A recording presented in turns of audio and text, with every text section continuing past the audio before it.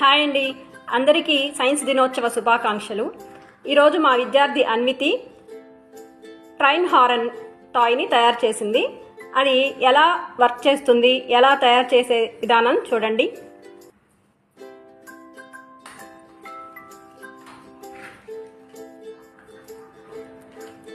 ముందుగా ఒక చిన్న పైప్కి బెలూన్ని దూర్చాలి.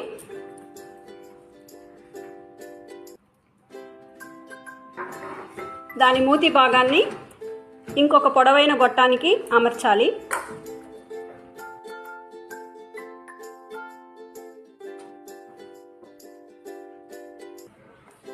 దాని చుట్టూ టేప్ వేయాలి. మరలా దాన్ని చిన్న పైపు వేసాం కదా, దాన్ని వెనక్కి వంచి టేప్ వేయాలి. అంతే, ట్రైన్ హారన్ టాయ్ రెడీ అయింది. అన్వితి, ఒక్కసారి అది ఎలా వర్క్ చేస్తుందో చూపించు.